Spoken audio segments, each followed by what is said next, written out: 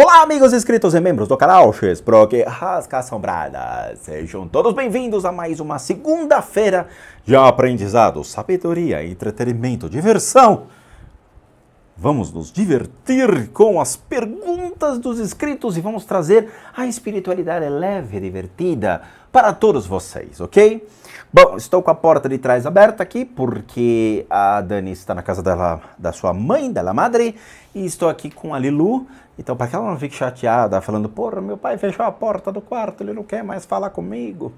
Então, a gente deixa aqui a porta aberta para que meu cachorro transite. Tem um tapete enorme aqui, a bichola vem e deita e se esparrama pelo tapete e a gente se diverte com o bichinho, não é mesmo? Então é isso, o janela anti-ruído ainda não foi instalada, tá demorando para chuchu. E qualquer eventual barulho eu peço desculpas, mas faz parte da natureza do ser humano. Mas vamos às perguntas, porque hoje tem coisas interessantes, não é mesmo? Vanessa Fernandes. Bom dia, tio Spock. Assisto boa parte dos seus vídeos, inclusive de reencarnação. Venho de uma cultura kardecista e tenho uma dúvida a respeito da reencarnação ou renascimento. Você já explicou que quando o indivíduo morre, ele passa pela roda da vida, passando pelo processo de desapego do mundo material. Mas após essa purification e depois de que o espírito está pronto para vir a renascer ou reencarnar, o que acontece? Como é feito o processo de escolha do corpo espiritual? E se vai nascer em uma família rica ou pobre, se vai passar por alguma deficiência, enfim, gostaria de entender melhor esse processo. Pois, de acordo com o que estudei direcionado ao Espiritismo, passamos por um processo bem demorado até reencarnar de novo. Pois é, essa é a diferença do Espiritismo para o Budismo. Um tulco, ele pode renascer imediatamente depois da sua morte. Como é que explica isso? Uma das religiões mais nobres, mais inteligentes do mundo e que faz esse processo há 2.000, 3.000, 4.000 anos, contra o Espiritismo que surge no século XIX, eu acho que eu prefiro o budismo, hein? Mas vamos lá. Pois, de acordo com o que eu estudei direcionado ao Espiritismo, passamos por um processo bem demorado até reencarnar de novo, tanto no plano espiritual ou no umbral, e espíritos mais evoluídos nos dão um plano de vida no qual precisamos estar de acordo para buscar a evolução passando por esses desafios. O Espiritismo. O Espiritismo. Vanessa, vamos lá. O Espiritismo, ele romanceia as coisas. Eu acho muito interessante uma entrevista que o próprio Valdo Vieira deu, quando questionado sobre Chico Xavier, e o Valdo, que conviveu 10 anos com o Chico, 10 anos, ele comeu na mesma mesa, ele viajou com o Chico, ele foi para os Estados Unidos, tentou implementar os livros espíritas e não deu certo, ele voltou para o Brasil, ele viu coisas sobre a vida do Chico. Então, quando o Valdo Vieira ele olha sobre isso, ele fala, existe o espiritismo do conforto. Existe o espiritismo baseado em arquétipos que não existem. Por quê? Porque querem criar um processo de pós-vida que seja muito melhor do que o processo de vida. Muitas pessoas aqui vivem numa miséria absoluta, muitas pessoas aqui têm estresse, desafios, têm milhões de problemas na vida. E elas ficam se perguntando, porra, será que não tem algo melhor? Será que a minha vida vai ser sempre essa tristeza? Será que depois da vida realmente vai ser um vazio existencial? Aí surge o Espiritismo dizendo, não, existe uma coisa muito mais bonita, mais bela para você que está lhe esperando.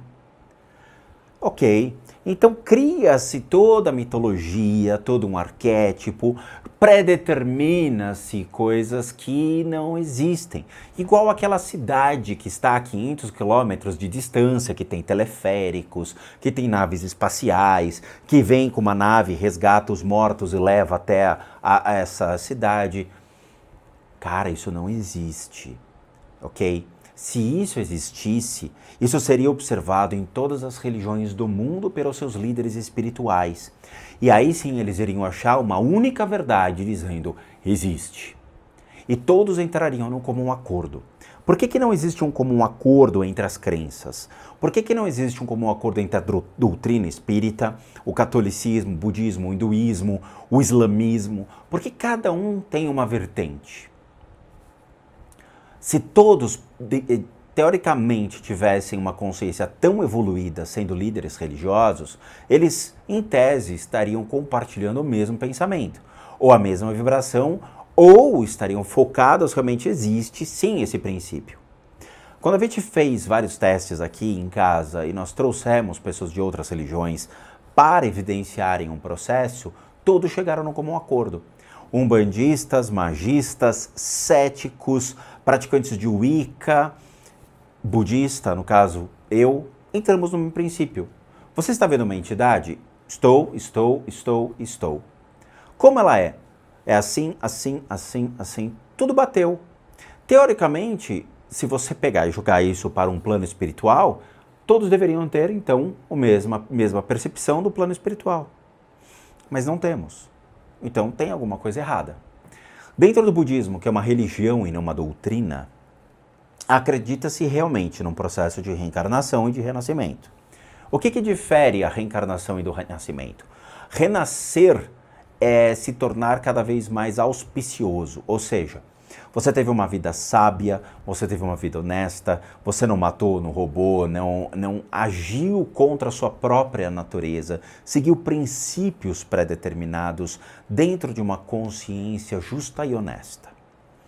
Quando você morrer, essa sua consciência kármica, que é um dos estágios da consciência do corpo humano, ela vai ser encaminhada para um processo de meritocracia.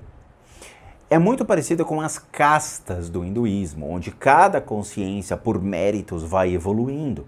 Então eu naturalmente vou renascer em um ambiente mais auspicioso para poder continuar existindo e exercendo. Ou seja, eu vou ter uma facilidade em obter estudos, eu vou ter facilidade de poder desenvolver projetos, de ter empresas, de poder seguir em frente. A vida não vai ser tão difícil.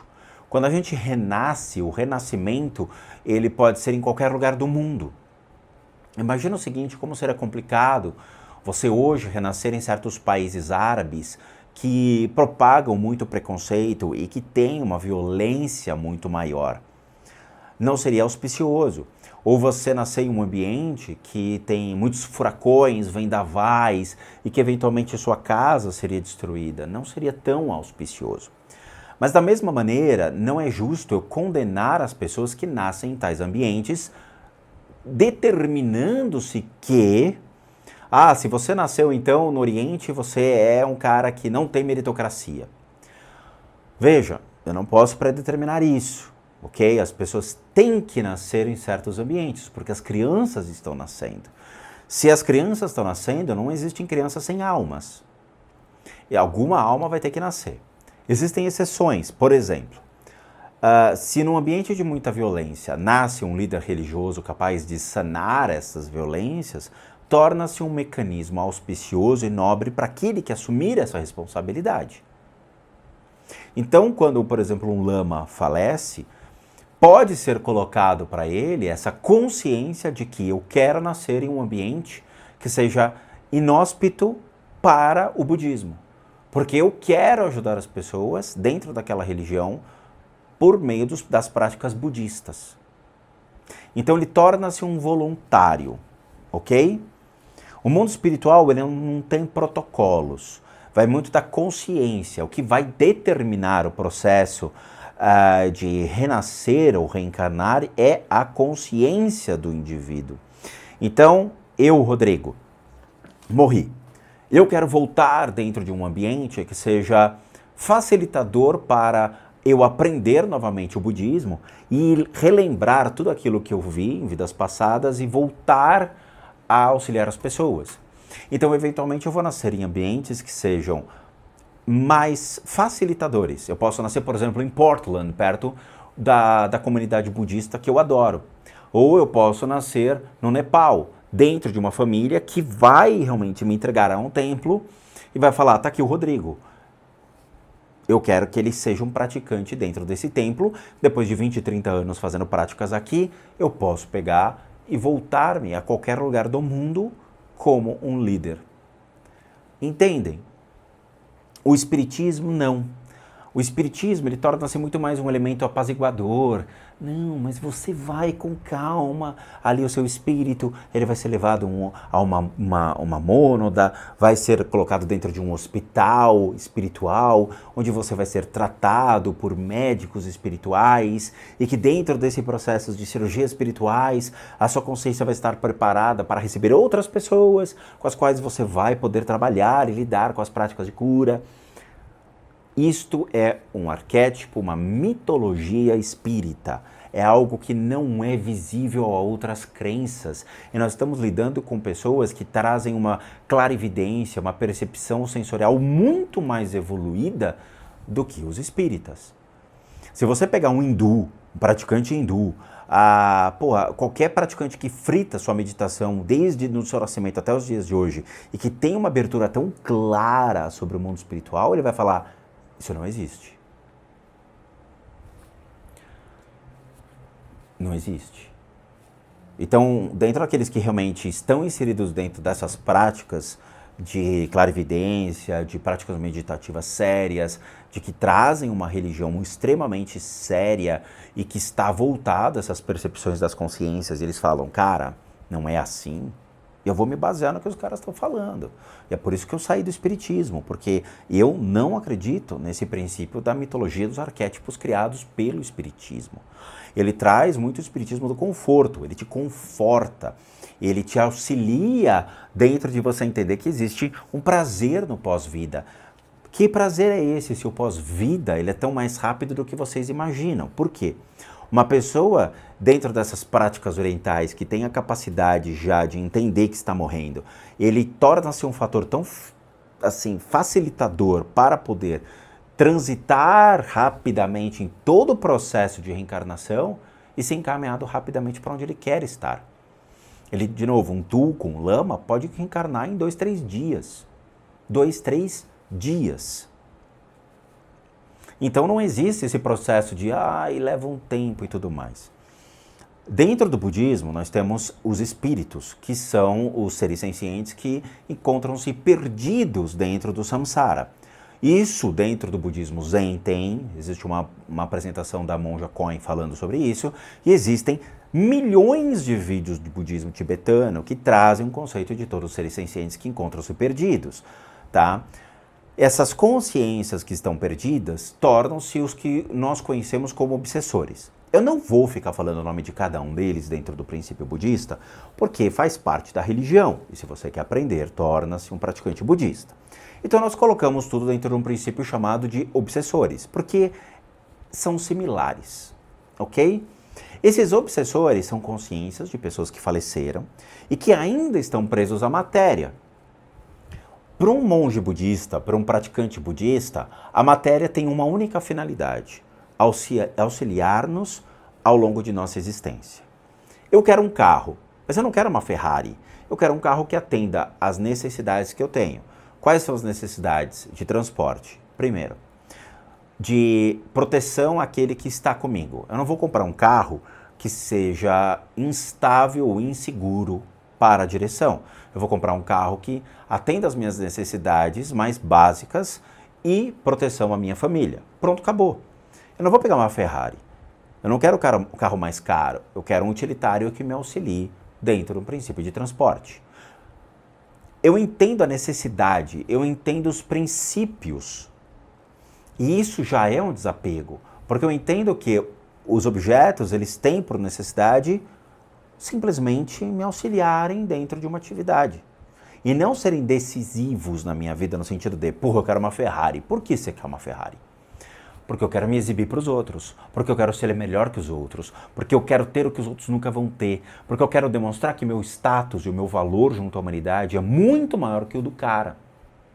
E deveras, o cara se coloca nessa condição, deveras ele fala isso, se ele não fala, ele pensa. É sério, se você tivesse 10 milhões de reais, Você preferiria comprar uma Ferrari ou você preferiria montar um hospital com o seu nome e criar uma estrutura para combater enfermidades das pessoas? Pensem. Você prefere uma Ferrari ou você prefere um hospital? Ou você prefere construir escolas? Ou você prefere ajudar pessoas por meio de institutos que vão capacitar indivíduos para o mercado de trabalho? Escolha. Você quer ficar conhecido como o cara da Ferrari ou um cara que mudou a humanidade? Essa é a humanidade que nós temos, cara. Muitas vezes vão falar, as pessoas querem uma Ferrari. Por quê? Porque é um status. E isso faz com que as pessoas continuem presas à matéria. Porque a matéria torna-se o fator decisivo para ela ser alguém na vida. E não necessariamente para ela poder gerar mais e mais possibilidades a todos em uma vida. A humanidade não pensa assim. A humanidade pensa no eu. Eu quero melhor. Por quê? Porque eu mereço o melhor. E aí é o que a gente vê, né? Muitas pessoas com pouco, poucas pessoas com muito, e assim vai. É assim. Como é que é feito o processo de escolha do corpo espiritual? Você vai nascer em uma família rico ou pobre? Rico ou pobre é um conceito banal. E isso, de novo, quem predetermina é só o espiritismo, porque ele trabalha com a meritocracia. Vamos entender. Você vai passar por alguma deficiência, isso daí é hipocrisia espírita. Eu vou explicar o porquê. Enfim, gostaria de entender melhor esse processo. O corpo físico, ele não tem nada a ver com o corpo espiritual. Nós temos problemas biológicos, naturais. Quando você predetermina, dizendo, vou renascer, e você se coloca essa condição de, eu quero nascer nos Estados Unidos, eu quero nascer numa família lá. Você não vai predeterminar se você vai nascer rico ou pobre. Ser rico ou ser pobre vai depender da sua condição ao longo da sua existência. Tem pessoas que nasceram na miséria e hoje são bilionários. Porque souberam fazer dinheiro. Quando jogador de futebol. Porra, que é um exemplo mais legal que jogador de futebol. O cara nasce numa comunidade. Ele nasce em meio à violência. Ele nasce repleto de problemas. A família comendo pouco, miséria e tudo mais. O cara fala, porra, eu vou ser jogador de futebol. Ele torna-se jogador de futebol, ele ganha milhões, ele vai dar o quê? A primeira coisa que ele faz, ele tira a mãe da comunidade e dá uma casa para ela em um lugar melhor. Ele nasceu pobre ou rico? Ah, mas ele nasceu com oportunidade. Ele não nasceu com oportunidade, ele fez a oportunidade para ele. Se tornar rico e pobre é um estado momentâneo. Você pode muito bem jogar na loteria e ganhar milhões. Você pode muito bem saber desenvolver certas capacidades e habilidades e poder ser melhor em alguma coisa. De novo, isso é um conceito espírita que não tem nexo. Ah, você nasceu pobre porque você assim o quis. Não, você pode mudar de vida. A questão são as janelas de oportunidade. Tem que estudar, tem que correr atrás, tem que ser alguém na vida, porra. É simples. Sabe, agora, nascer com uma deficiência, porra, se um espírita chega do meu lado e fala, não, porque aquele cadeirante escolheu isso, porra, eu dou uma porrada no cara. Você não vai predeterminar a sua deficiência. A deficiência não está clara quando a consciência entra no corpo humano. Você não escolhe se você vai nascer deficiente ou não. Você não escolhe se você vai nascer cego ou não. Você nasce nessa condição. As consciências não são colocadas nos corpos mediante as suas deficiências. Não existe isso. O mundo espiritual não trabalha nisso. Você não chega lá no mundo espiritual e tem um cara com um puta livrão falando, nós temos aqui uma pessoa que vai nascer muda, cega, caolha, vesga e vai pular num pé só. Quem quer? Dou-lhe uma, dou-lhe duas. Vamos lá, gente, vamos. Alguém tem que ir. Bora. Nós temos um outro aqui que vai nascer como filho do Bill Gates nos Estados Unidos. Quem? Pô, peraí, gente, tá todo mundo levantando a mão? Pô, gente, assim não dá. A gente vai ter que fazer um sorteio aqui. Rola o bingo? Vamos lá. Quem preencher a cartela primeiro ganha. É óbvio que não. Não existe esse negócio. Fatores físicos são diferentes de fatores espirituais. A biologia é uma coisa. A constituição do corpo humano são fatores físicos, são fatores biológicos, são fatores da natureza do ser humano, tá? De novo, se uma criança vai nascer com um problema, é uma questão biológica. A alma, o espírito, a consciência não vai fazer uma distinção. E quem predetermina isso, quem fala, não, olha, existe distinção, nossa, coitado, ele é cadeirante porque na vida passada ele foi lá e matou uma pessoa ou deixou uma pessoa imobilizada. Porra, isso é a maior hipocrisia que já existiu. Se alguém me fala um negócio desse, nossa, eu me contorciono todo pra falar, meu, some daqui, cara. Que isso não existe. É ridículo. Não, ele merece estar numa cadeira de roda porque na vida passada ele foi lá e deve ter feito isso com outra pessoa. Não existe isso. Não existe. É você condenar um indivíduo porque ele está numa cadeira de rodas. É você condenar um indivíduo porque ele manca. É loucura. É loucura. Sabe? Eu acho tão nobre quanto quando o indivíduo realmente ele nasce com um problema físico, ele supera seus problemas físicos, ele ignora aqueles problemas físicos, ele dá a volta por cima, ele fala, que problema físico? Eu não tenho nenhum. Isso daqui não é nada. A existência é muito maior do que uma deficiência. Porra, tem que aplaudir de pé um cara desse. Sabe? É absurdo. É ver, então, uma pessoa menosprezar o outro. É preconceito. É puramente preconceito. Preconceito kármico ainda. O que é um absurdo. E é isso que as pessoas têm que entender. A vida tem uma excelente nobreza. Se a pessoa nasce ou não com uma deficiência, desculpa, a deficiência está sob a ótica de quem está vendo. O cara não enxerga a sua deficiência. Por quê? Porque para ele é uma coisa que ele superou. Quem alimenta isso daí são a sociedade. A sociedade alimenta isso. Se o cara é cego, se o cara é surdo, se o cara tem um problema de locomoção, porra, o cara está existindo, ele tem o mesmo direito de existir que os outros. Os outros condenam ele. Olha só, coitado, ele está numa cadeira de roda. Pergunta se ele se acha como coitado. Ele não se acha como coitado. Ao contrário, ele se acha tão bem, por quê? Porque ele superou uma deficiência ao longo de toda a sua existência, que para ele é algo tão normal. É ridículo. É ridículo ver uma pessoa sob uma ótica de uma deficiência.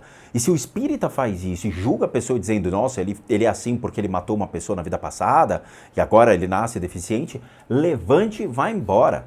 Deixa esse espírita sozinho, porque ele não entendeu o espiritismo. Ele não entendeu. Isso daí não é espiritismo. Isso é preconceito puro sobre o outro. É por isso que eu prefiro outras religiões. Sério, eu fui espírita durante 10 anos. 10 anos eu escutei isso. É triste ouvir um negócio desse. Eu não sei. Não sei. Leandro Rita. Olá, tio Spook, tudo bem? Depois dessa pergunta aí do espiritismo, não sei mais de nada. Comecei a acompanhar seus vídeos recentemente, vim pelo canal do Clone. Também acompanho o Ambu e o Assombrados.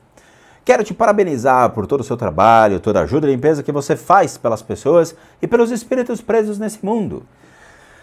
É casca, mas é verdade. Estou aprendendo muito com você. Não sei porquê, acredito que por ser um conteúdo forte que você nos passa, acabo ficando pensando muito nisso. Estou com dores de cabeça e não estou dormindo muito bem. Queria tirar uma dúvida. Esses espíritos obsessores podem grudar nas pessoas só por assistirem aos vídeos? Ou de alguma forma estamos atraindo eles? Vamos lá. Se vídeos no YouTube fizessem algum mal ao ser humano, obviamente, no meu caso, eu deixaria de ter o canal.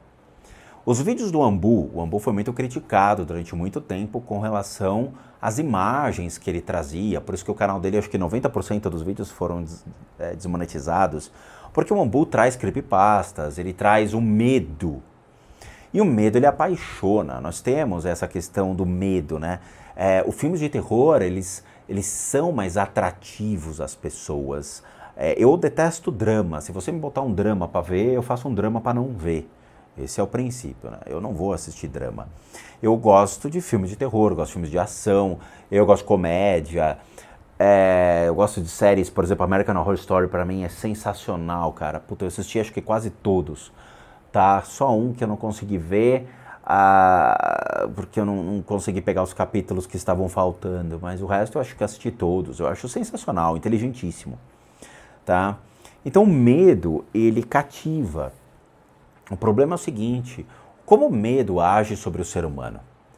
Tem gente que se diverte com medo, mas assim, assiste o negócio, fica com medo, mas depois de 5 minutos tá na boa, tá tranquilo, não tem mais nada, não aconteceu mais nada, tipo, ele esquece o que aconteceu.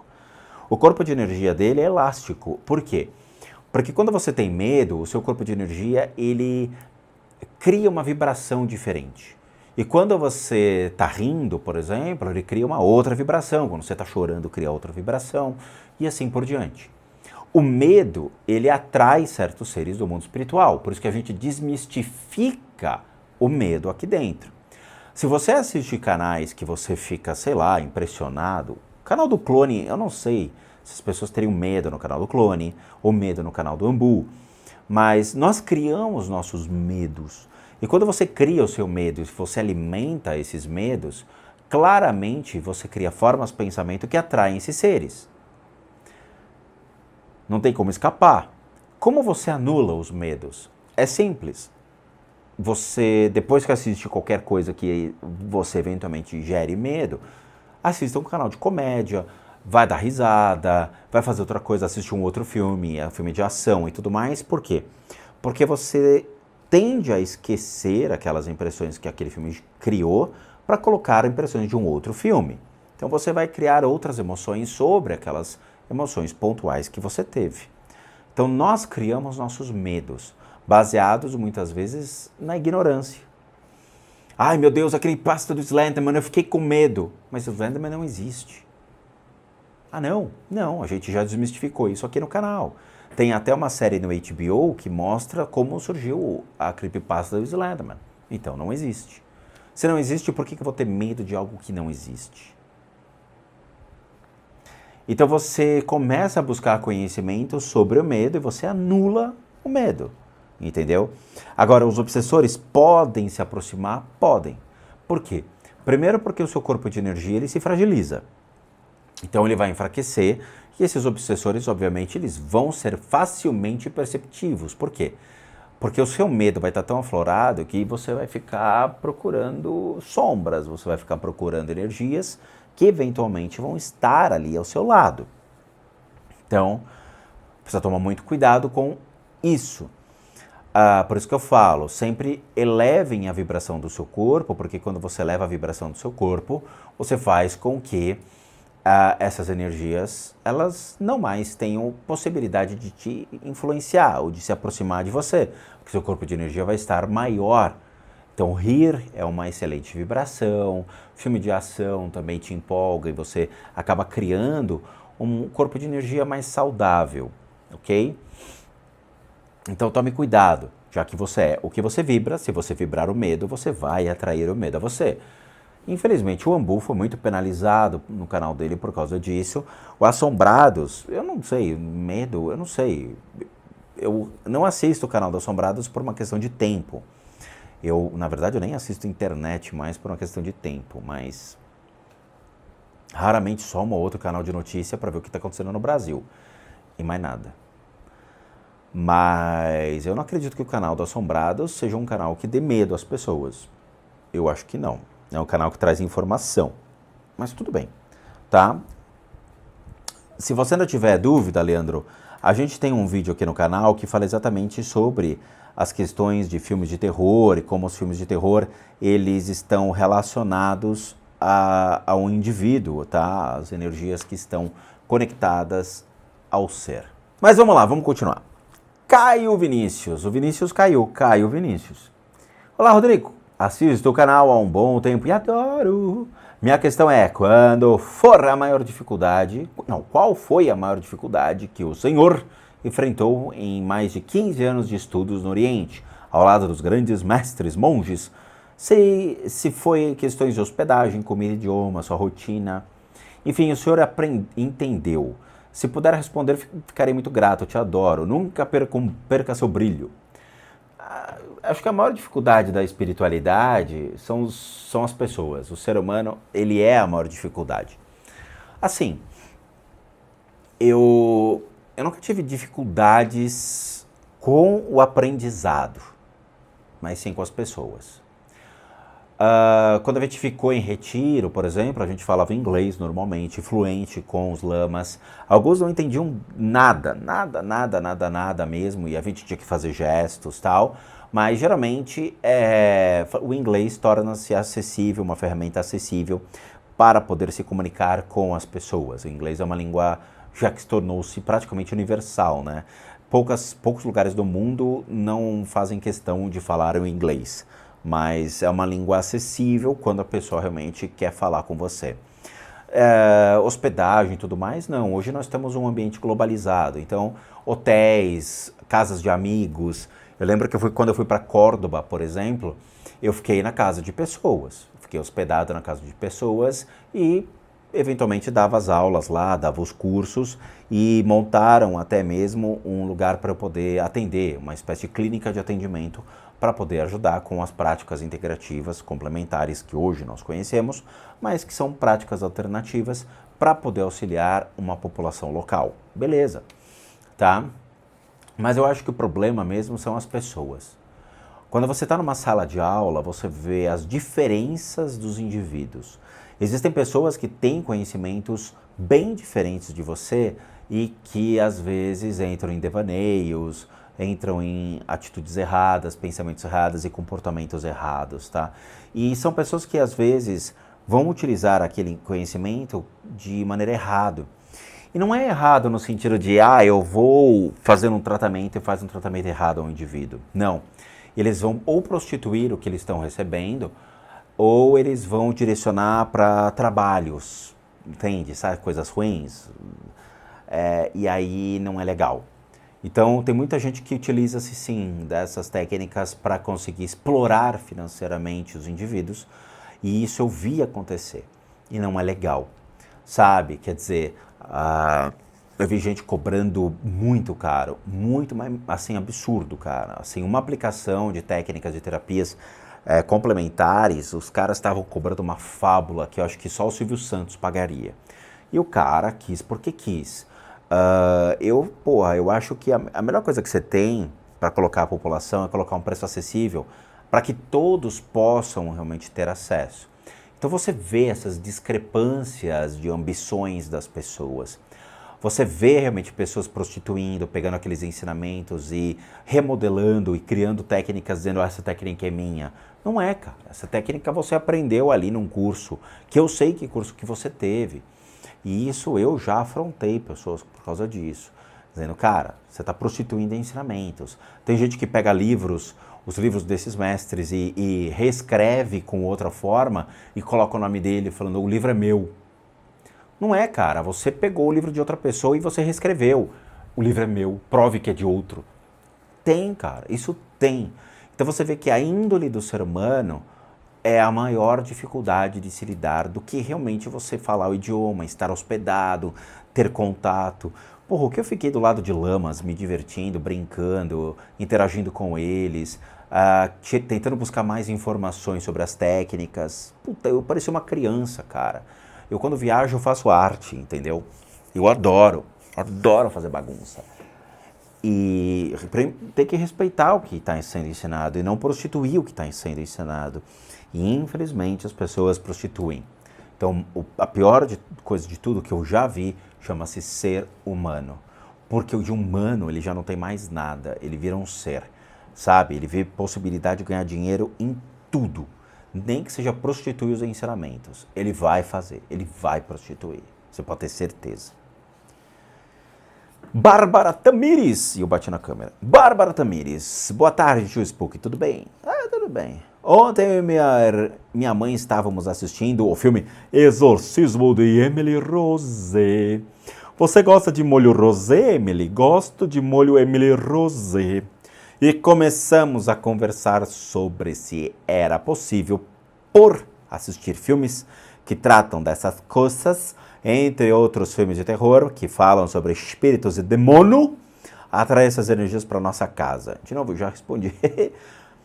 Pesquisei no seu canal e não encontrei vídeos sobre Emily Rose. Ao contrário, nós temos sim vídeos sobre Emily Rose. E nós fizemos até o testando demo da Emily Rose, ok?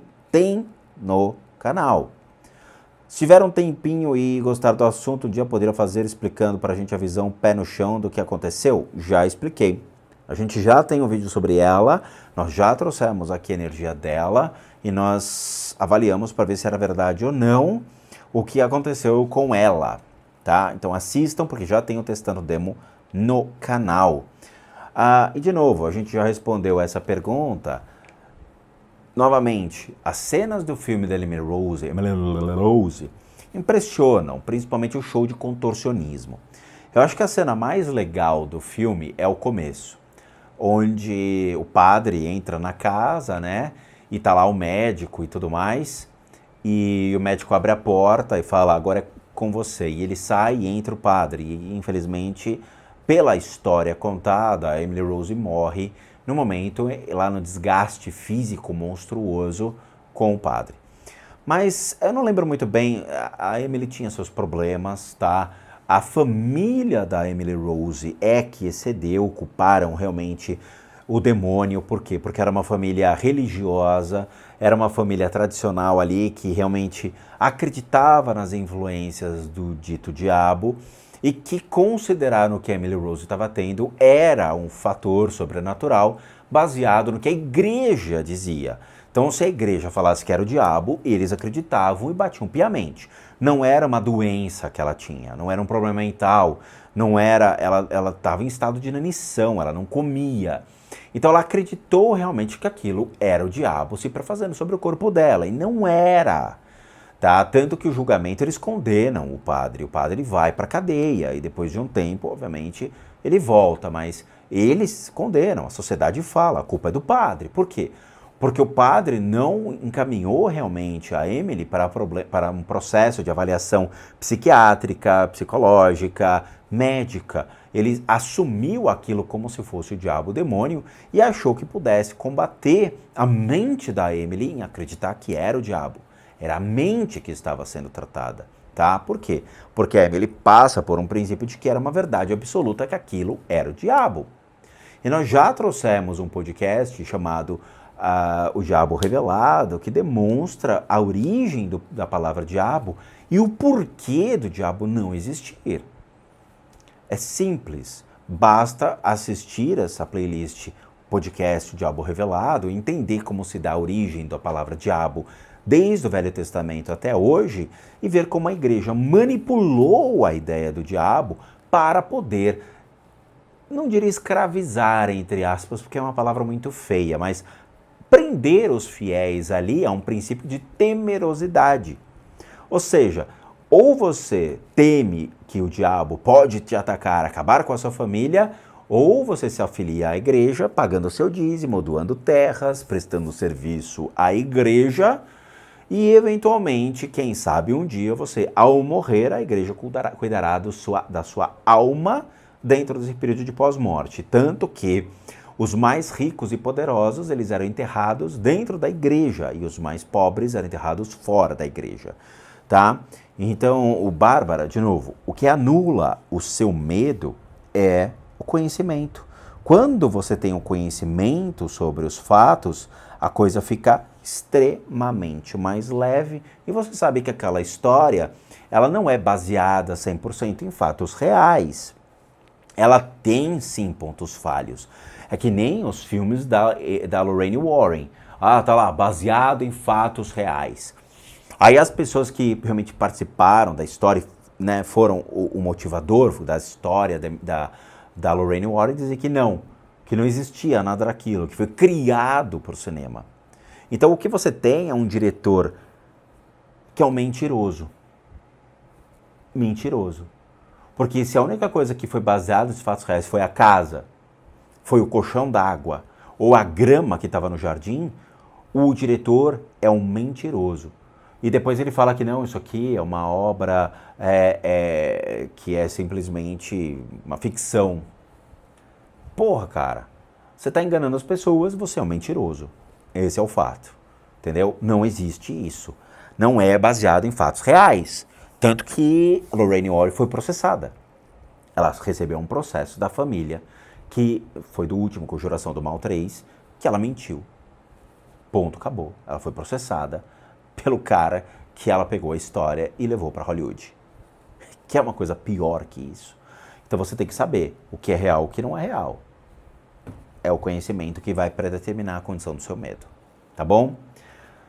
Então é isso, já falamos 40 minutinhos, eu agradeço de coração a todos, muito obrigado. Obrigado por fazerem parte da família Spook House e assistirem os vídeos até agora. Bom, é o seguinte, recadinhos finais, eu tenho que fazer a barba, porque os pelos da Lilo grudam na minha barba. Recadinhos finais. Todo mundo aqui sabe que o Rodrigo sou um terapeuta, um psicoterapeuta alternativo, eu sou licenciado nacional e internacionalmente por institutos que me habilitam, me capacitam para que, por meio dessas técnicas alternativas, a gente complemente a medicina tradicional e não substituir. Complementamos os tratamentos para tratamentos físicos, emocionais e mentais, bem como as análises de casa e as limpezas de casa. Então, para aqueles que querem passar por esses processos, devem encaminhar um e-mail para limpezadecasas@gmail.com e lá vão se informar, respectivamente, como as coisas funcionam e os valores aplicados, tendo em vista que eu sou um profissional de terapias alternativas. Para aqueles que querem usar o canal, nós temos 2 sistemas de doação. Um deles é o Seja Membro, que encontra-se aqui abaixo. Você clica e doa R$8, tornando-se membro do canal, o que nos ajuda muito a continuarmos firmes e fortes na plataforma. Ou mesmo o sistema PayPal, que também encontra-se aqui abaixo. Só você copiar o link, jogar no seu navegador e você pode doar o valor que você puder ou quiser. E por último, nosso site casasassombradas.com.br, que lá terá todas as informações da nossa lojinha para vocês, tá bom? Muito obrigado a todos, vejo vocês nos próximos vídeos e bons sustos a todos nós.